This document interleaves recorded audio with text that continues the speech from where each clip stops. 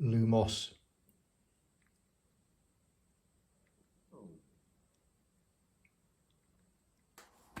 Welcome to High Fell.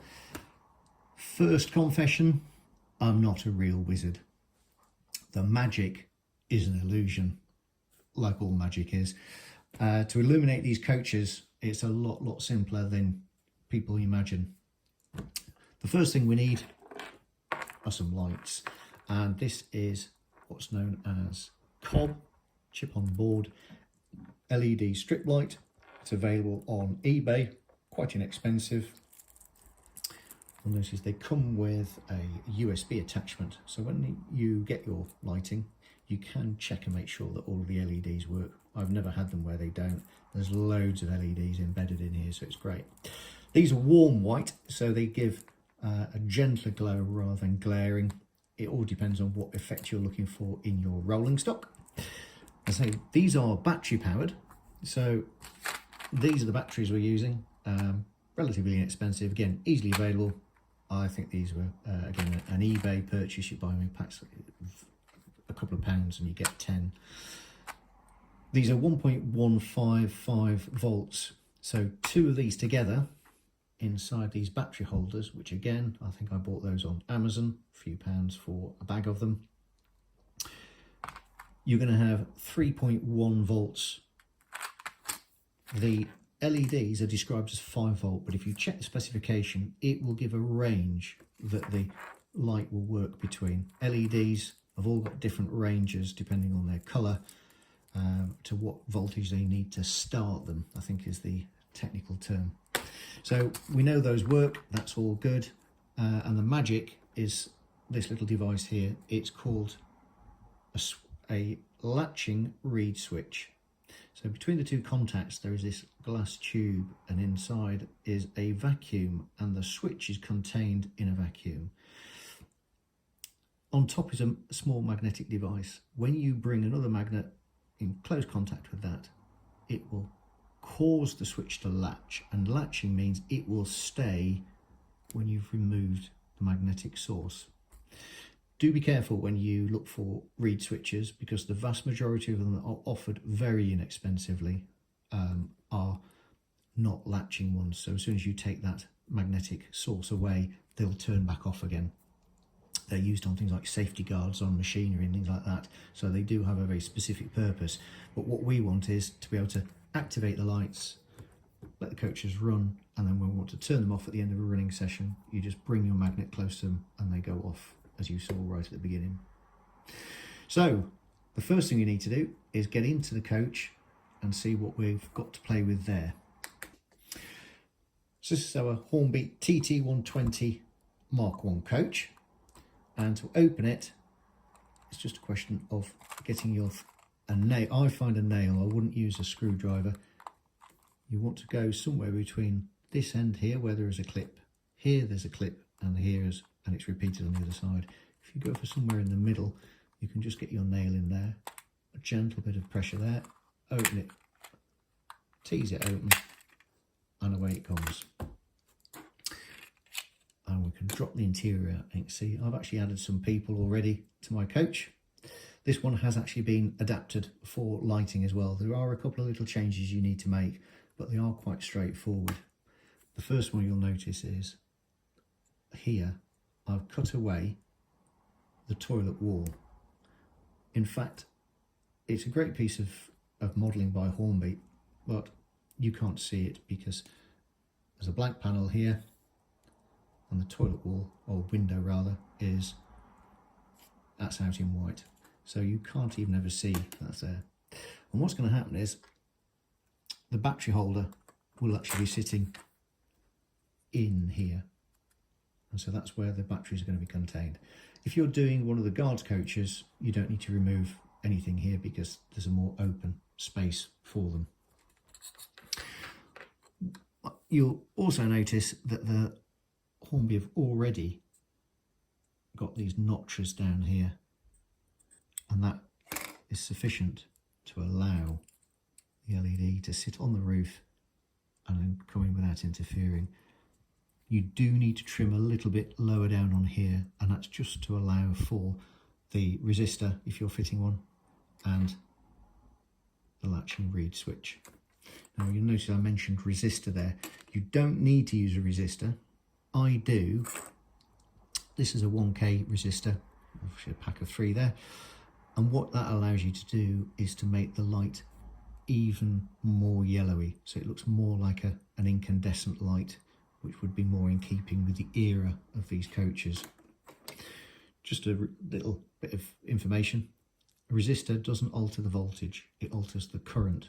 So you don't need to worry that the lights won't be getting sufficient voltage. They'll get the same voltage, but it will just be coming at a lower rate, and that's what keeps the light looking a little bit dimmer and that more yellowy look.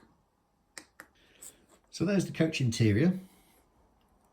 All you need to do is measure out, I've already cut this one to length, a strip of the LED. There's no need for it to go right the way to the end, and also you're going to have the battery holder here, so you want to allow enough space to get all your circuitry in as well. So we have the strip cut to the right length, and we're going to attach the battery holder, but I'm going to use the individual components to do it. Now I've actually disassembled this particular lighting unit because all of my coaches were already made. So there are blobs of solder. When you come to solder, you can look up some tips online. If you're on the Hornby forum, if you look in the general discussion tip right at the top, it's got some really good information on some of the stickies about how to go about with soldering. Effectively what we've done is tinned the contacts, and we've already pre-applied some solder, and that makes things a lot easier. I've got my soldering iron up to temperature, and hopefully it's going to be a fairly straightforward job. I'm doing this for me to see rather than necessarily for the camera. Now popped a resistor on. Something just to make sure that you follow. LEDs must be wired correctly for the polarity. So the positive and the negative is very important. On this holder it has a plus and a minus, and that's just for where it grips the batteries, but if you put them in correctly then you should be fine. It doesn't matter which side you have the resistor or which side you have the reed switch on. It's just to make sure that the polarity from the batteries matches the polarity on the strip of the LED. So here is the latching reed switch. What I'm going to have to do is bend this terminal. I put bends in because it allows you then to manoeuvre the lighting just to get it in the right place rather than have everything stretched. What you don't want to do is break the glass tube here, because if you do, you'll lose the vacuum and the reed switch won't work. So to do that, all you need to do is grip it with a pair of pliers near the end of the glass, and you're going to then bend the loose end. So you can bend that round like that, and then you avoid any risk of cracking or breaking this glass. It's quite small, so it is delicate. And then on this one, I'm actually going to apply this to the positive terminal here. So back with the soldering iron.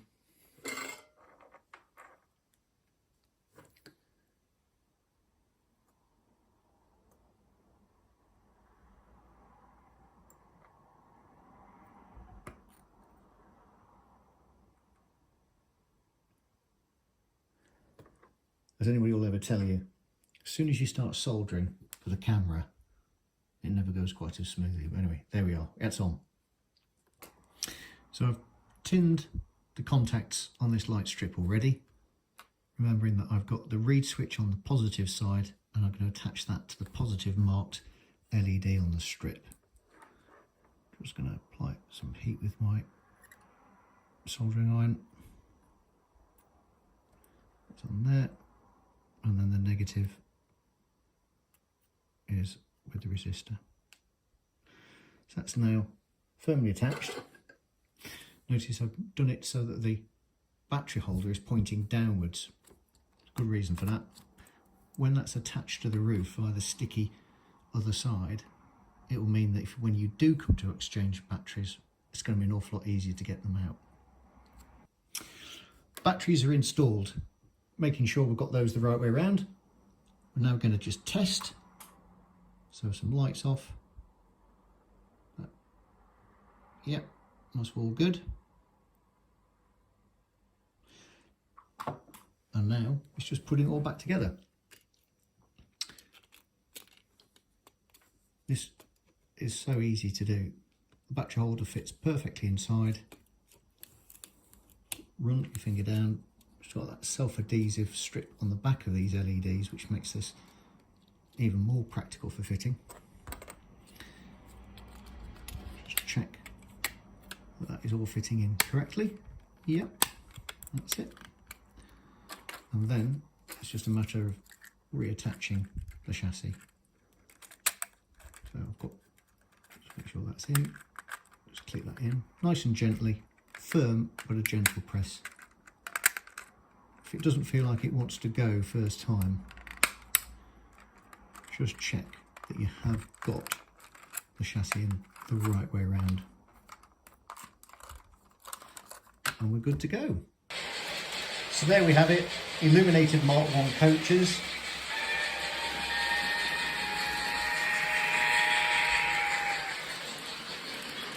Really fun, easy and inexpensive project. And I think it really enhances these models.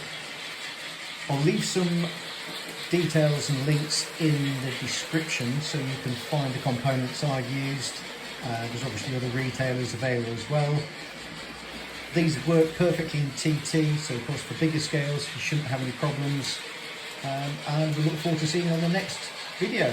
So happy modelling and take care.